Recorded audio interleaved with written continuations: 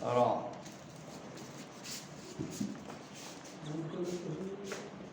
भाई ऐसा नाम कहावे संतो भाई ऐसा नाम कहावे जो कोई समझ सुलझ मुरादारे जो कोई समझ सुलझ मुरादारे सब सुख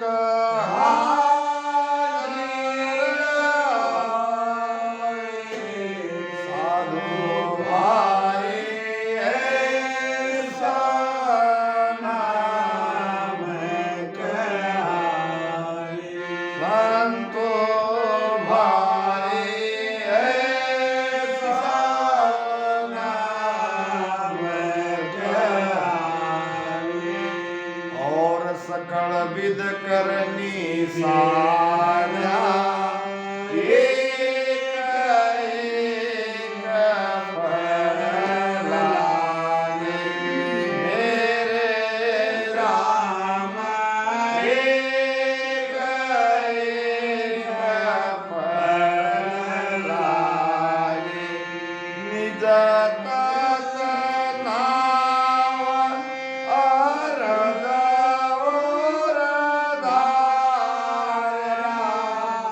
निज तत नाम अरद और धारा अनंत असंग फल जागे साधु भाई ऐसा नाम कहावे संतो भाई ऐसा नाम कहावे जे कोई समझ सुलझ और धारे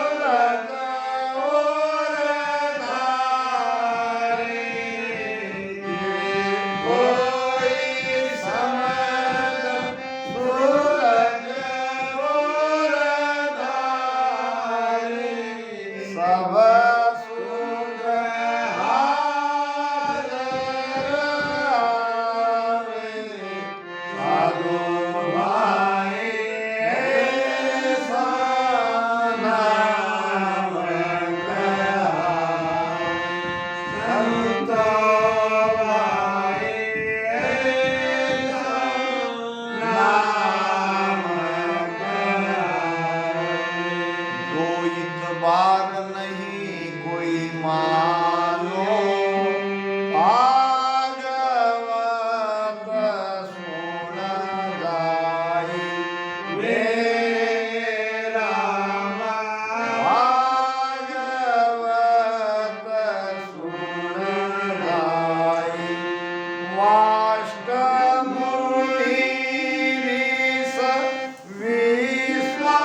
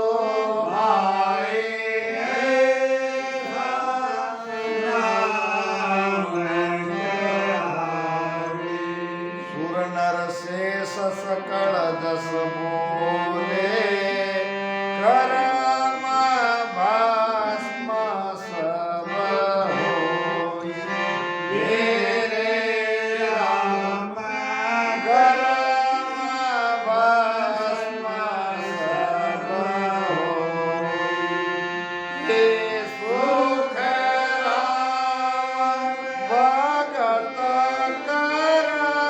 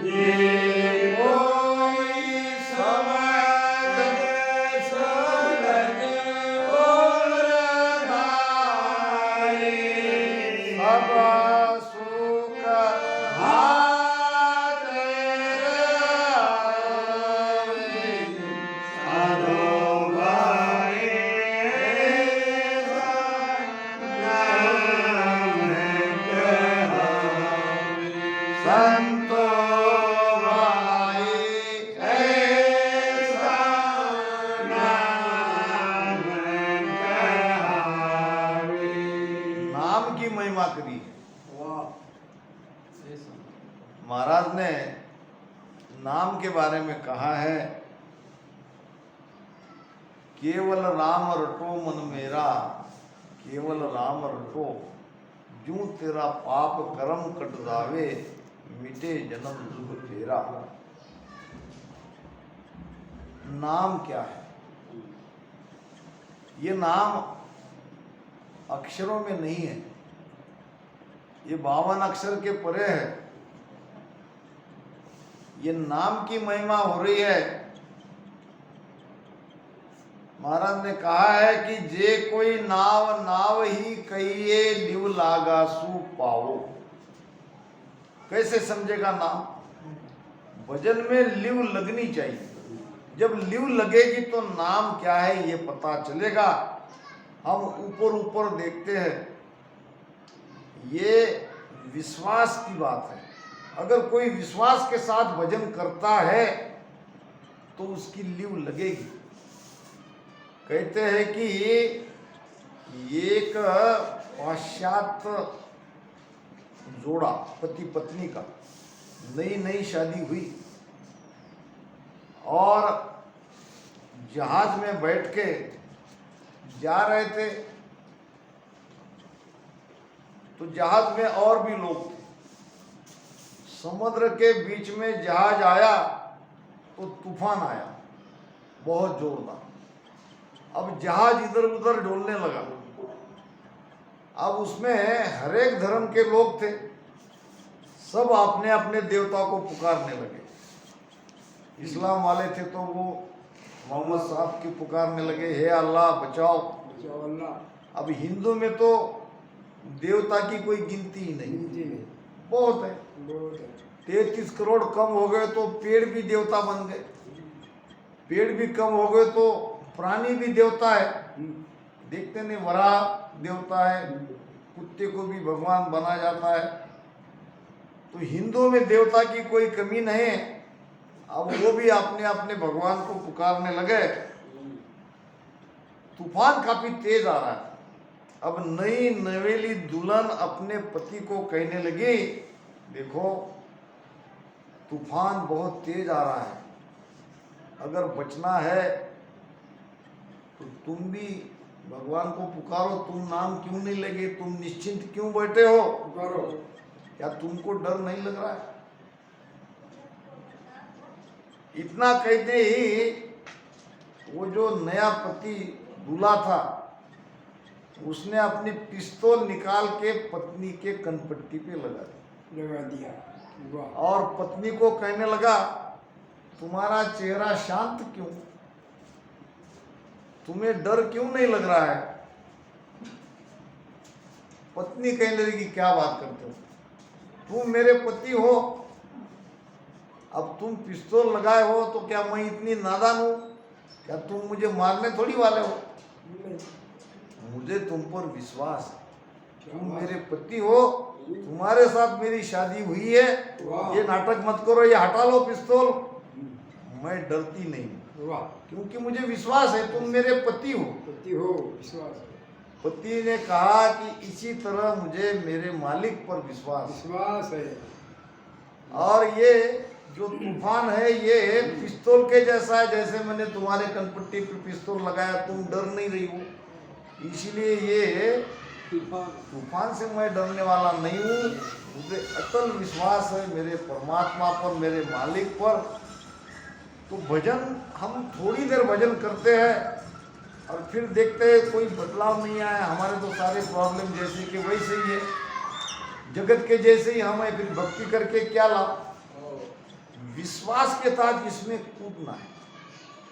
चूको मति सत कर मानो, जे आनंद पद चाहो, डाकर पढ़ो जगत को छाड़, अब घट पर जो आओ। सावधान कर रहे हैं महाराज, चुको मत, अब चुको मत। अब बहुत बढ़िया मौका आया है, आप इस धारा में आ गए हो तो इस ज्ञान को सत्य मानो, महाराज के वचनों को सत्य मानो। अगर आप सचमुच आनंद पद जाना चाहते हो तो विश्वास करो, विश्वास करना ही पड़ेगा, इस ज्ञान को सत्य मानना पड़ेगा, क्योंकि ये सत्य है। चूको मती, अब चूको मत। अब चूक जाओगे तो बहुत पछताना पड़ेगा, इसको सत्य मानो। फिर क्या करो? कहेंगे कि भाई हमने तो मान लिया, मगर कूदे कहाँ हो? कूद नहीं रहे हो, कूद नहीं रहे। भक्ति में कूद जाओ, डाकर पढ़ो, डाकर नाम, एकदम कूद जाओ। वही कैसे कूदो? बिना सोचे समझे। हमारी भाषा में हम कहते हैं भाड़ भीड़, एकदम कूद जाओ। ये सोचो मत पानी ठंडा है या गहरा है, मैं डूब जाऊंगा, मेरा क्या होगा, मेरे बच्चों का क्या होगा, मेरे परिवार का क्या होगा, मेरी पत्नी का क्या होगा, सब ठीक होता है। विश्वास के साथ भक्ति में कूद जाओ और लग जाओ। जो भी है जिम्मेदारी वो अपना काम यहाँ आके करो, भजन करो, सत्संग करो, सेवा करो। कहते हैं कि एक राजा था और राजा का एक रसोइया था। अब राजा बैठ गए भोजन के लिए और रसोइया उसने भोजन परोसा, राजा को थाली लगा दी। अब भोजन परोसते परोसते गलती से राजा के कपड़े पर सब्जी भाजी, अब वो कपड़े पर गिर गई। अब कपड़े को लगा टाप। अब राजा थे, कोई मामूली थोड़ी थे। नहीं। अब सब्जी गिरते ही राजा ने गुस्से से उसकी तरफ देखा, सेवक की तरफ।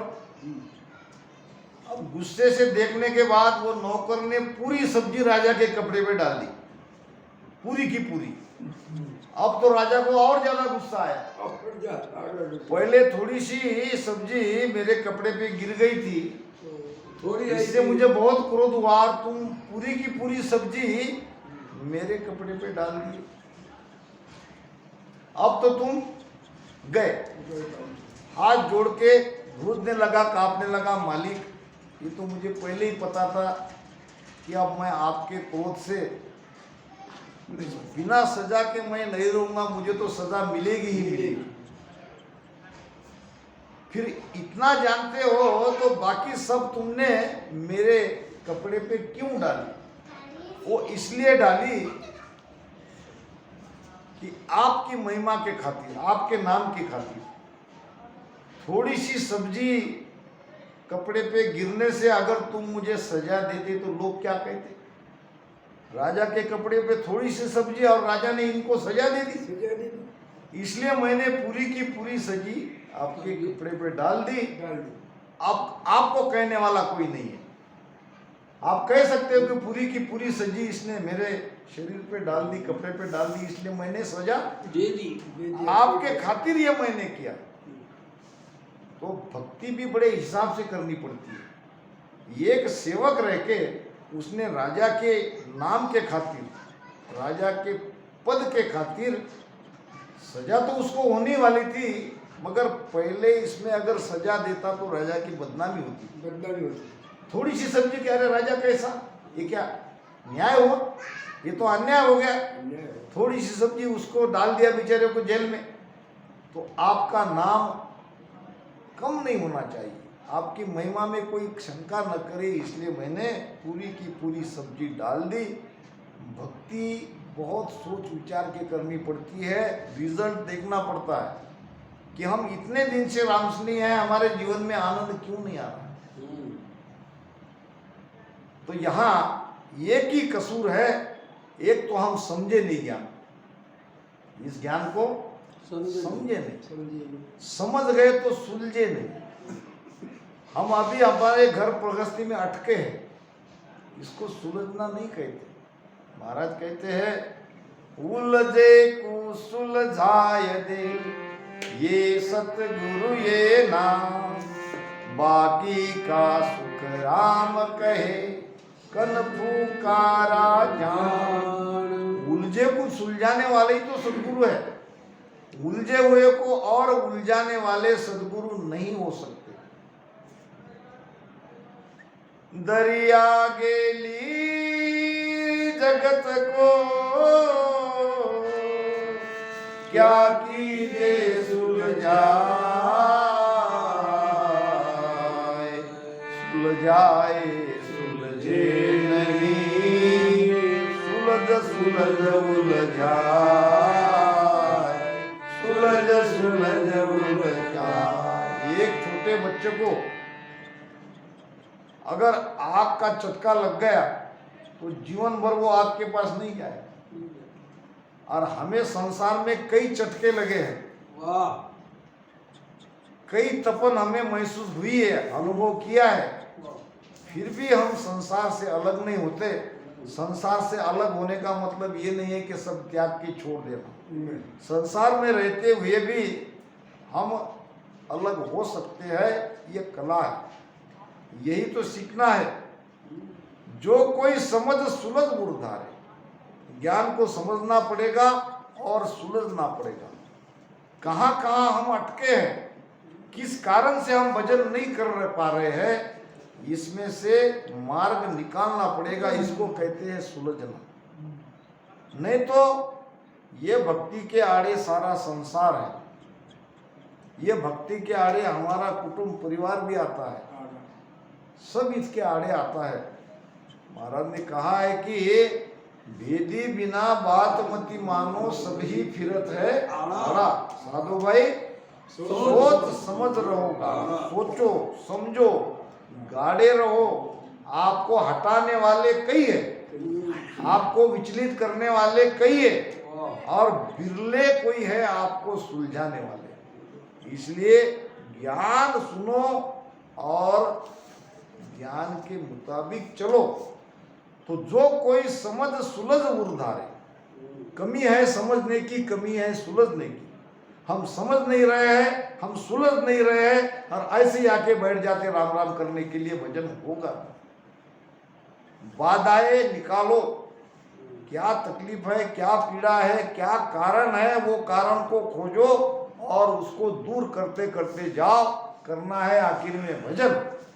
अगर नाम पे विश्वास करके, समझ के, सुलझ के हृदय में अगर उतारते हो और भजन करते हो तो सारा सुख हाजिर है, बिल्कुल हाजिर है, ये गारंटी है।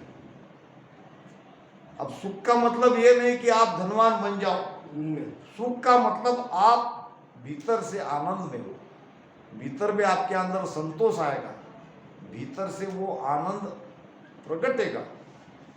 और सकल विद करनी साध्या एक एक फल लागे। अब नाम और बाकी करने की तुलना महाराज कर रहे हैं। ठीक है, आप नाम की भक्ति मत करो, भजन मत करो, कुछ तो करोगे और कुछ तो कर रहे, तो बाकी करने में फल है। तीर्थ जाओगे तो क्या होगा? एक फल, एक फल। तीर्थ जाए फल एक मिले, संत मिले फल चार, और सदगुरु मिले फल अनंत। और ताका करो विचार, अब वो अनंत फल का विचार करो, उस आनंद का विचार करो। एक एक फल में पचो मत। ये मनुष्य शरीर बहुत मुश्किल से मिला है। अब तीर्थ जाओगे तो निरोगी काया होगी, रूपवान काया होगी, व्रत करोगे तो निरोगी होगो, इससे दूसरा क्या होगा? तो ये बाकी करनी में फल है, एक एक फल है। अब कितनी करनियां करोगे और ये सब फल पाकर भी क्या आप अमर होगे? नहीं होगे। निज तत् नाव अरद उर धार्या, ये निज तत् का जो राम नाम है, इसको अरद और उरद, उरद यानी नीचे, अरद यानी ऊपर, पिंड से ब्रह्मांड में। अरद उरद का अर्थ है पिंड से ब्रह्मांड में, पिंड से ब्रह्मांड में। सांसों सांस में जो हम भजन करते हैं, जो श्वासा बंकनाल से पलटती है और ये जब ऊपर जाती है, एक समय ऐसा आएगा पूरी श्वासा आपकी ऊपर चलेगी, नीचे आप रहोगी नहीं।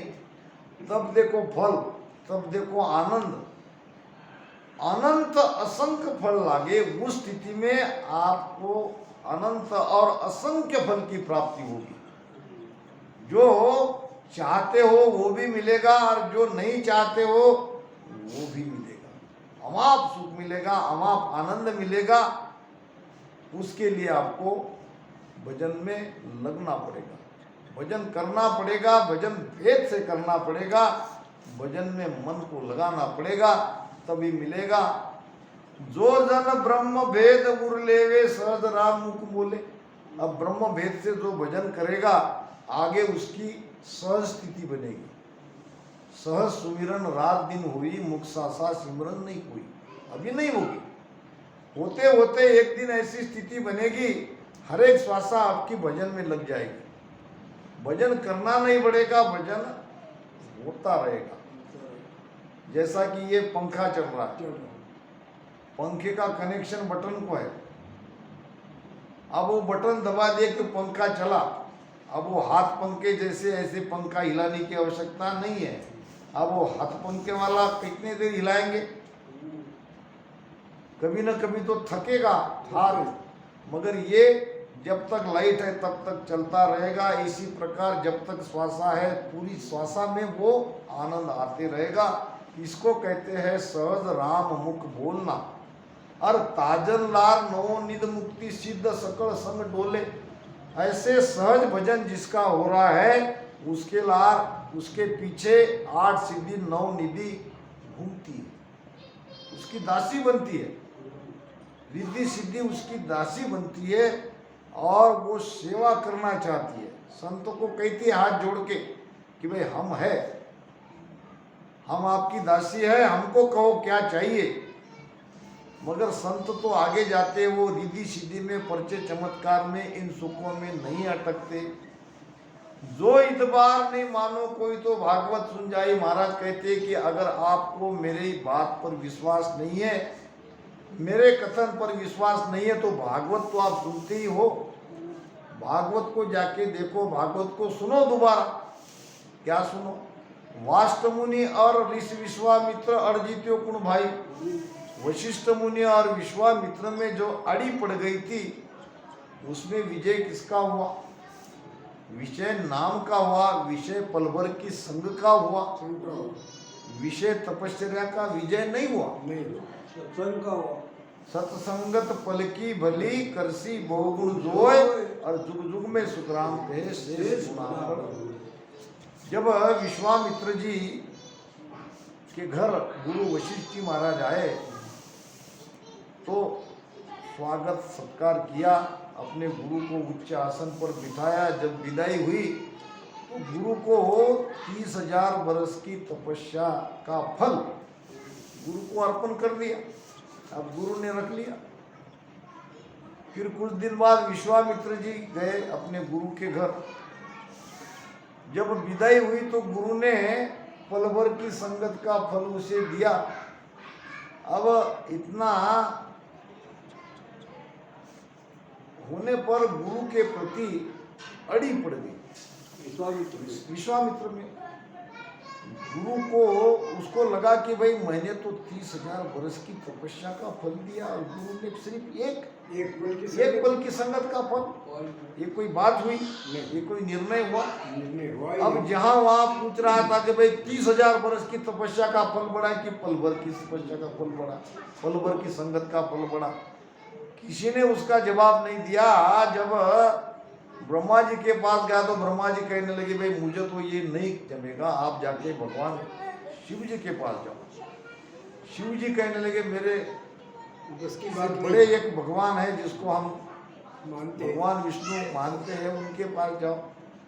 भगवान विष्णु के पास गया कि भाई 30,000 वर्ष की तपस्या का फल बड़ा कि पल भर की सत्संग का फल बड़ा? मुझे मेरे गुरुदेव ने इतना ही दिया, क्या ये ठीक हुआ? भगवान विष्णु ने सारी बातें शांति से सुन लिया और कहा कि भाई ऐसा करो, तुम जाके शेष भगवान के पास जाओ और उनको कहो, वो तुम्हारा निर्णय कर देगा। शेष जी के सामने गए और सारी बातें कही। शेष जी ने कहा ठीक है, आप सही जगह आए हो। मैं आपको बता देता हूँ कि 30,000 वर्ष की तपस्या का फल बड़ा है कि सत्संग के पल भर का फल बड़ा है, लेकिन मेरे सिर पर 50 करोड़ योजन पृथ्वी का भार है, थोड़ा इसको हल्का करो।